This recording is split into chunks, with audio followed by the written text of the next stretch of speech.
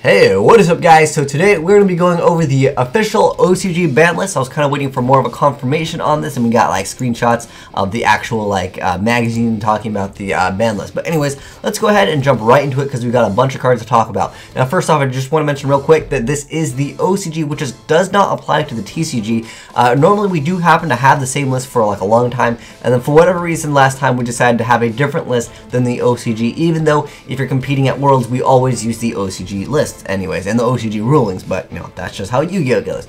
But anyways, we can still apply some of the stuff from the OCG to the TCG because, you know, technically sometimes we follow a little bit in their footsteps, so we can't disregard this completely in the TCG. But anyways, let's go ahead and finally jump into it. So, for cards that are banned, we have nothing. For limited cards, we have Artifact Moral Tech, which is basically the best card in artifacts. Those Trap Tricks hand artifacts is basically what makes them so much better because basically the trap card just lets you pop a face-up card and then you have a 21 beater on board. Hey, that's a pretty good effect, and it's just super strong in that aspect, and now that will not really be available. I mean, I know you can reset the Moral Tech with Fail Not over here, but that's just really not too relevant because then you still have to pop the card and your opponent will know which one is the Moral Tech, so there's a lot of downsides to trying to make this still happen. I think artifacts kind of have phased out, although I'm going to be mentioning Shaddoll a lot in this video because basically that has been the main deck in the OCG. That is what's destroying the OCG. That's the deck that everyone is playing if they want to be really competitive. And the thing is, artifacts didn't really do anything. Even the artifact Trap Tricks hand, that deck kind of loses to Midrash really fast because you can't destroy Midrash, and therefore, what are you going to do with all that extra back row that you have? And all those Black Horn of Heavens, even the OCG, some players play that card, but the thing is, even Black Horn of Heaven is not going to be able to do anything against the Fusion monster because it's brought out by another card's effect, which means it's not an inherent special summon anyways, so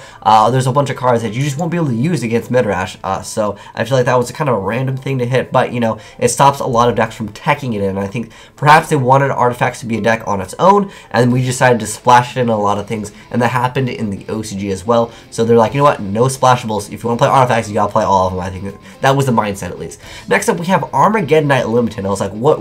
Why would they even do that when we have this card Mathematician, which allows us to send anything, and on top of that, we get an extra draw off of it. So I was like, you know, that's kind of interesting. And then I was thinking, well, Dragons Legend didn't come out in OCG, right? But then they actually got this thing called the Collector's Pack Duelist of the Legend version. And that apparently already came out, even though they don't know the number of this card. I was like, well, that's kind of interesting. But apparently it's out in the OCG, so I was like, why would you hit that then? I was like, well, you can technically send Shaddoll Beast or pretty much any of their Shaddolls, and I was like, maybe that was their kind of response to hitting Shaddolls, and I was like, no, that really doesn't hurt them at all, guys. Most of them don't even play Armageddonite anyways. But next up we have Dragon Ravine and Dragon Shrine, and I was like, well, why would they hit this? Dragons haven't been doing too hot. I mean, it's always just kind of there in the OCG, but Dragon Ravine is really needed for Dragoonies. It looks like they don't want anyone playing Dragoonies anymore, but the thing is, even with a Dragon Ravine and Dragon Shrine coming out, if they stayed, you know, where they were, we also had that deck coming out, the Cosmic Dragons or the Ying-Zhang Dragons.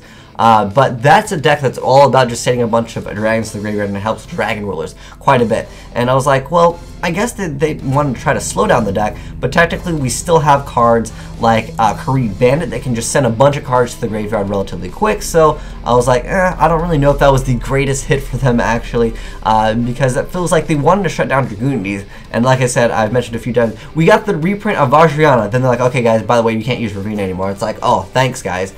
Same thing with that Needlebug Nest. I felt like they didn't want us to send a bunch of cards to the graveyard, but then why not hit Kharid Bandit, because that's what's actually meta. No one's playing Needlebug Nest that I know of, and I was like, well, maybe they tried to do that to hit Shaddolls, but like I said, this card is just much better. It's much more meta in the game anyways, so that's just like a what, why. Next up, for semi-limited cards, meaning you can only play 2 copies of, we have Elemental Hero Bubbleman, and at first I was like, well, why would they hit that? But then I'm like, okay, I can understand why, but then going back to the idea that Shaddolls just wreck everything, because you're not going to be able to make that Lavalval chain. Basically, the reason why Bubbleman is so good is because you can keep on making Lavalval chains, keep on dumping that Dark Elemental Hero. If you guys want to check out the video, link down below in the description box, you can see me keep on adding Bubbleman to my hand. And even though that's like a mediocre effect, if you compare it to like, you know, other higher tier decks, it's still a relatively good effect. Rank 4s are pretty easy in the game to make, I would say, and they're going to be even easier later when we talk about the other card. But being able to add, well, I guess they just don't want us to be able to go, here lives, grab out something, well, basically you get the Dark E hero, and then maybe like search out for the bubbleman, go for a rank 4, and then be able to search out again, you know, whenever your XYZ goes to the graveyard, or the materials go to the graveyard, you'll be good to go on that. And I guess they didn't want us to do that, but that was a really interesting hit. Next up we have Chronomaly Nebradisk. Now, Nebradisk hasn't been doing anything in OCG after Shaddoll's. It basically shuts down, like I said, Shaddoll's, I'll be mentioning a lot of times in this video, because that's what's popular. Basically, you know XYZs and no synchro decks can really function, and Chronomalies are all about the XYZs. If you can only sponge someone once, you're not going to be doing too well in that deck. Wind Up Shark going down to 2, or going up to 2, I don't remember if it was at 1 in the OCG, but I felt like it doesn't really do anything. I mean, maybe if they brought back Zenmai, people might be excited to play that deck. But again, going back to the same idea is, Midrash is going to be on the field because they have super consistency, and you can't really do very much against that card. If you're playing like an XYZ deck. Next up, TG Striker. I don't know. Put that card to 3, like it won't really do anything. TGs haven't been too relevant, but I have talked about, guys, that Creature Swap is a fantastic card, and Creature Swap in TGs is pretty good because being able to just take your opponent's monsters sometimes can really hurt them. Also, there's that TG Creature Swap that's a trap card, which is a fantastic card also.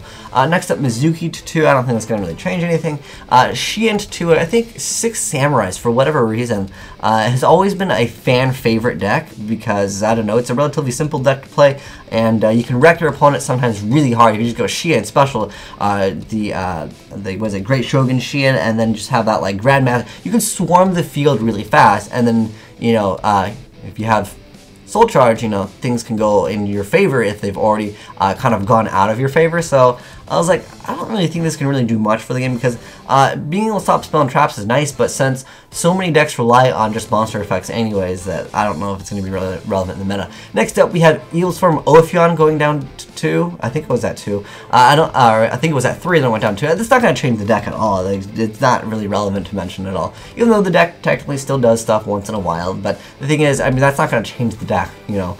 Next up, we have Abyss Sphere, and I feel like Mermails haven't been relevant in the OCG for a long time. They have been kind of relevant in the TCG, I would say. Like once in a while I see a few of them. But once Shaddoll's come out, guys, the Mermails aren't even functional. the deck just has too many problems being able to get rid of Midrash, and on top of that, it has too much attacking. You have to like Lance, and then at that point, then you gotta go Lance, and you have to next turn, you go Lance, and then you get over the Midrash finally. They add back the Shaddall Fusion, and then main phase 2, if you're gonna make anything out of the extra deck, they're gonna be able to activate Shaddall Fusion, and then send the monsters from their main deck to the graveyard, and then usually that ends up being Nephilim, and then whatever you brought out probably is going to lose to that anyways. Next, for cards at 3, which does change up, well, one of these cards is crazy, but we'll get into that in just a moment. So you have Chaos Sorcerer. I don't think that's going to do really anything for the game. We have Plug Spur Zombie. Like I said, I don't think it's going to do anything. Next up, we have Cyber Sign. Now, this is used in a lot of crazy OTKs because you can D&E Surgery and use that card where if it's a Psychic monster, you just place a counter instead of paying the actual cost.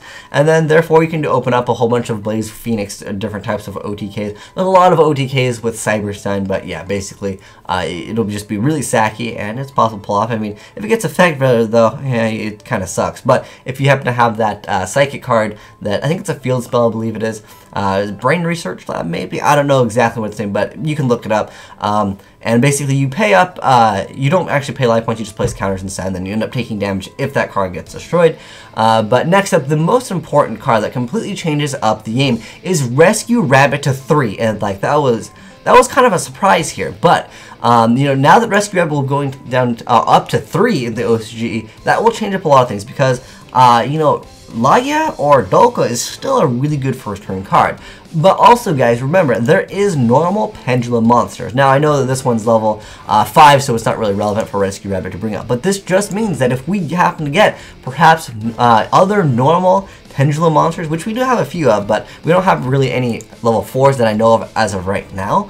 But if we get some of those in the future, and could you guys imagine Pendulums that are also dinosaur monsters that are normal, so Rescue Rabbit can actually bring those out, and then that becomes a completely different game style, because there's also a Rescue Cat, which has the awesome monster effect that during your main phase, if this card was normal summon this turn, and a face-up level 5 or lower Pendulum monster is in your extra deck, which obviously some of them will be, you contribute this card to spell summon from your main deck 2 monsters with the same name as one level 5 or lower Pendulum monster that is face-up in your extra deck. Their effects are grenade and they're destroyed during the end phase, but that doesn't matter if we get one of those dinosaur normal pendulum monsters. That will, like I said, completely change the way we play this game, because this card is pretty good to have first turn, because it's a really aggressive card first turn. It puts your opponent on the side that they got to react to that relatively quick, especially when it's Lagi or Dolka, which I think still are the best cards to actually be able to make with a Rescue Rabbit, because that's free. Rescue Rabbit is already, super advantageous because it gets you 2 monsters to make it so you can actually make, 101 or Excite Tonight, some of the better cards in the game that can get you free extra advantage. But being able to open up with Rescue Rabbit and be able to actually make something like Lagi or Dolka, especially in this game right now, being able to stop monster effects is really, really important in the game. And yeah, that's going to change around the game just a little bit, I would say. Like I said, it depends what we get for the pendulums, but I think a lot of players would be interested in perhaps revisiting Dino Rabbit, because that was even a popular deck in the OCG. Next up, we have Fighter Formation Tenki going to 3, which, I guess that's going to help out Bujins. Bujins have technically been more popular in the OCG than they have been in the TCG, but that's because they lose too much advantage. It's just because Shaddolls generate too much advantage, is what it really comes down to. But next up, we have Royal Tribute at 3, the card that I really, really hate to see. But since I play Shaddolls so often, when I'm playing, going for those try-hard wins, I feel like it's because Imperial Tomb of Necro Valley, if you guys didn't know, this card was like $70 at one point, and then like it dropped down real fast, because the thing is, no one really wanted to play the Gravekeepers. This is a slow deck, it's a very linear deck, there's no really combo-licious plays, but I felt like they released a few Gravekeeper support, and then no one wanted to play the deck, because I guess, if you try it yourself, it's really not that consistent. I thought this card was amazing. This is basically a barrier, like an Infernity barrier. Basically, it stops anything, as long as you have a Gravekeeper monster and Necro Valley on the field. Which Necro Valleys are pretty easy to have, but a lot of times you want to set a Gravekeeper monster like Gravekeeper Spy. But if you happen to be able to activate this is like, by all means, one of the better cards in Yu-Gi-Oh! That like stops anything. But I felt like no one really wanted to play Gravekeepers, and perhaps that's why they decided to bring Royal Tribute to 3. Like, we're going to bring Gravekeepers back with a vengeance with triple Royal Tribute. But then again, going back to the same mindset that, Shaddolls are the meta, and, if you send the Shaddolls to the graveyard, like if you send my, Dragon, I'm just going to pop your Necro Valley, and then you're going to have a bad time, because that deck relies on Necro Valley really, really hard. So I felt like, well, that's not going to do much against Shaddolls. I mean, some of the Shaddol cards won't be able to activate because it needs a special summon stuff. But I mean, for the most part, you'll be able to pop cards, you'll be able to draw cards, and that's a pretty good effect. And I feel like that's kind of, it's almost like when you Royal Tribute a Dark World player. It's not to that extent, because I know Dark Worlds get even crazier effects when they are discarded by your opponent's card effects. So it's not on that level, but it's still on the level that your opponent isn't going that minus, because they're going to be able to add some cards and then be able to pop some stuff anyway. So that's the way I see it. Next up, we have Black Whirlwind going to 3, and I was like, oh my gosh, what is with Konami and always supporting Blackwings, and they're always releasing more support, but the support is just like not even viable. Gladius, some people might try to use Gladius, but I mean, Blackwings have been, there for so many forms. I feel like Blackwings is probably the deck that has always been relevant for like the longest time. That deck was so relevant for so long. Like, the deck is done, Konami. You've showed us the deck. You've reprinted it like, so many times. The deck has done. We've all played Blackwings. We're tired of it. Unless you're going to release support that is actually, well, okay, Black Sonic was actually pretty good. Don't get me wrong. But the thing is, we need like new Blackwing monsters. I feel like maybe like a different version of Gale, or maybe just put Gale. If you put Gale 3, then you're talking about some actual support for Blackwings. But for the most part, I don't think this will do anything. It hasn't been doing anything in the TCG.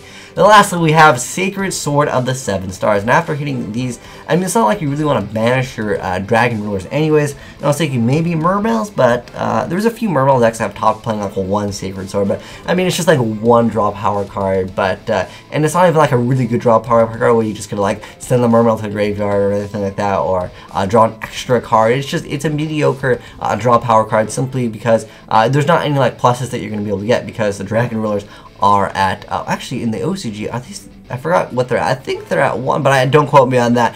But if they're still at, I don't think they're at 3. But anyways, that's it for the OCG list, because like I said, Shaddolls are the main thing, and they didn't really touch Shaddolls. I mean, you could argue that this hit of Armageddon Knight and the hit of Needlebug Nest was towards that, but the thing is, it's really not. If you've played the deck, you'll understand that you don't need those cards anyways. Curry Bandit is much more successful anyways, but those are my thoughts on it. If you guys have any thoughts, hey, definitely let me know, and we'll have a little discussion. I'll try to reply to some of you guys, and we'll talk about other decks that can be popular. But if you are an OCG player, or if you do play in the OCG like myself once in a while, let me know what deck you're going to be playing. I think the strongest deck is still going to be Shaddolls. Like, this was just like, what? What, Konami? Like, why do you hit TG? Why'd you put TG Striker there? Why'd you put? Well, I guess they could. I mean, bringing back stuff is good. I don't remember if TG Striker was at 3 in the OCG, but it just seems random that they decided to hit other things. And like, Shadal's just walked away from this list, going, "Okay, cool, bro, we're still dominant." All right, see you guys next part. But anyways, thanks for watching, guys. Asian Eyes out.